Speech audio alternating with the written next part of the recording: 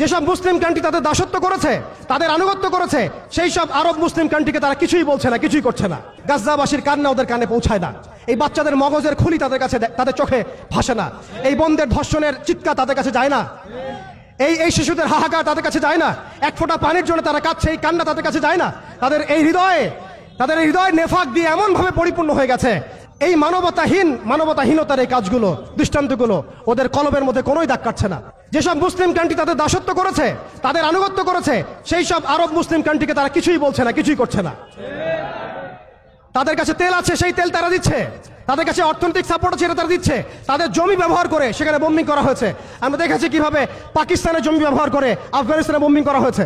আমরা দেখেছিলাম Iraq Iran যুদ্ধ লাগিয়ে সেখানে বোম্বিং করা হয়েছিল।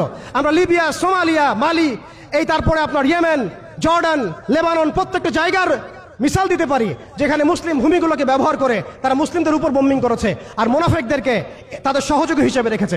অতএব তাদের অপশন হচ্ছে, হয় আপনি তাদের দাসত্ব করবেন, না হলে মরবেন।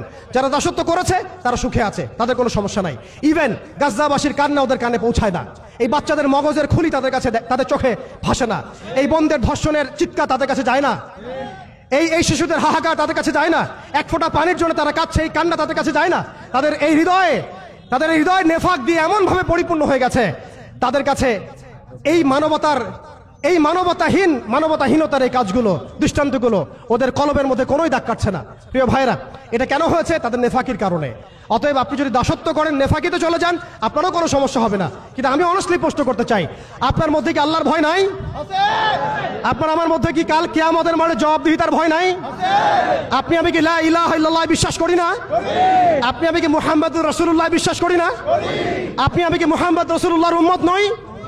অতএব আমরাও কখনোই কারো দাসত্বের দিকে যাব না ইনশাআল্লাহ। আমরাও ইনশাআল্লাহ তাআলা কোশ্চিন কালে এই জায়নিস্ট মুভমেন্টের, এই পশ্চিমাদের, এই দাজ্জালের অনুসারীদের দাসত্বের মধ্যে কখনো যাব না ইনশাআল্লাহ। তারা আমাদেরকে অপশন দিয়েছে, হয় দাসত্ব করো, না হলে মরো। আমরাও বলে দিব, আমরা ইনশাআল্লাহ তাআলা শহীদ হয়ে যাব, তবু তোমাদের দাসত্ব করবো না ইনশাআল্লাহ। আমাদের প্রথম করণীয় হচ্ছে ভাই, আপনার আমার সচেতনতা তৈরি করা। আপনি আমি এখনো ঘুমাচ্ছি। তারা বিশ্বকে গ্রাস করার ষড়যন্ত্র করেছে বিগত 200 বছর থেকে। আমরা ঘুমিয়ে আছি। আপনি মনে করবেন না এই ফেতনাগুলো বাংলার মাটিতেও আসবে না। একদিন অবশ্যই আসবে, দেখে নিয়েন। আমি বলে দিচ্ছি, এই ফেতনাগুলো বাংলার মাটিতেও অবশ্যই আসবে ইনশাআল্লাহ, দেখে নিয়েন আপনারা। এবং সারা বিশ্বকে গ্রাস করার যে পায়তারা তারা করেছে, এটা নতুন কোনো এজেন্ডা নয়, এটা ওদের সুদূর প্রসারী 100 বছরের প্ল্যান। আমাদেরকেও একটা সুদূর প্রসারী পরিকল্পনা করে আগাতে হবে। শুধু আবেগ দিয়ে, একদিনের শোডাউন দিয়ে, একটা লং মার্চ দিয়ে, একটা মিছিল দিয়ে, একটা পতাকা উড়িয়ে আপনি সমস্যার সমাধান করতে পারবেন না। সবার আগে আমাদেরকে সচেতন হতে হবে, হীনমন্যতা ত্যাগ করতে হবে, নবী সাল্লাল্লাহু আলাইহি ওয়াসাল্লামের সেই ভবিষ্যৎবাণীর দিকে চোখ রাখতে হবে, এবং সামনে যে মুসলিমদের হাতে বিশ্ব আসবে, এই ইস্তেকামত আপনার কলবের মধ্যে বদ্ধমূল থাকতে হবে। দ্বিতীয় বিষয় হচ্ছে, আমাদের সবাইকে নৈতিকভাবে দীক্ষিত হতে হবে, ইমানের শিক্ষায় দীক্ষিত হতে হবে, সবাইকে জীবন নিয়ে সিরিয়াস হতে হবে, নিজের জীবনটাকে, আমলটাকে, আখলাকটাকে আল্লাহর জন্য ঢেলে সাজাতে হবে, নবী সাল্লাল্লাহু আলাইহি ওয়াসাল্লামের সুন্নাহ মাফিক জীবনযাপন করতে হবে। এর সাথে আমাদের রাষ্ট্র ব্যবস্থায় যারা আছেন, সরকারে যারা আছেন, প্রশাসনে যারা আছেন, সমস্ত ভাইদেরকে মহব্বতের সাথে দাওয়াত দিতে হবে। ইনশাআল্লাহ এই মানুষগুলোর মধ্যে থেকে দেখবেন আগামীর খালিদ বের হয়ে আসছে, এই মানুষগুলোর মধ্যে আগামীর ওমর বের হয়ে আসবে ইনশাআল্লাহ।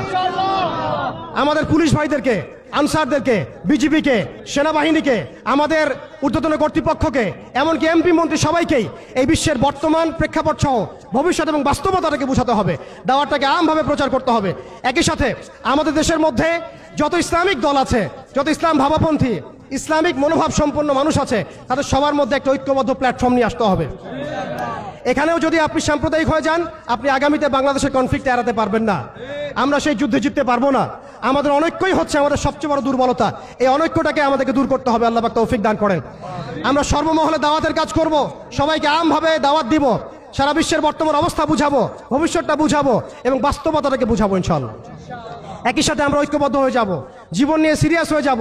আমরা আমাদের জায়গা থেকে যা পারি, যার যা সামর্থ্য আছে, বলতে পারলে বলবেন, লিখতে পারলে লিখবেন, অর্থনৈতিক সহযোগিতা করতে পারলে সেটা করবেন। আপনি যদি ভালো স্কলার হন, আপনি ইলম দিয়ে খেদমত করবেন। আপনি পলিটিক্যাল লিডার হলে আপনি পলিটিক্স দিয়ে খেদমত করবেন। ইকোনমিস্ট হলে ইকোনমি দিয়ে খেদমত করবেন। আপনার মধ্যে প্রযুক্তিগত যদি উৎকর্ষ থাকে, সেটা দিয়ে আপনি উম্মাকে খেদমত করেন। যার মধ্যে আল্লাহ পাক যা দিয়েছেন তাই দিয়েই আমাদেরকে এই যুদ্ধে শরীক হতে হবে ইনশাআল্লাহ। মনে রাখবেন, দাঁড়ান, মনে রাখবেন, জিহাদ শুধুমাত্র একটা আবেগের নাম নয়, জিহাদ হচ্ছে একটা পরিকল্পিত পদক্ষেপ।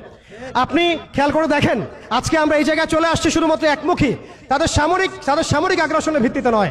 আমাদের সেনাবাহিনী কম নাই, আমাদের জমি কম নাই, আমাদের দেশ কম নাই, আমাদেরও প্রযুক্তি কম নাই। তাহলে আমরা এই পর্যায়ে কেন আসলাম? উত্তরগুলো আপনি খুঁজে বের করেন।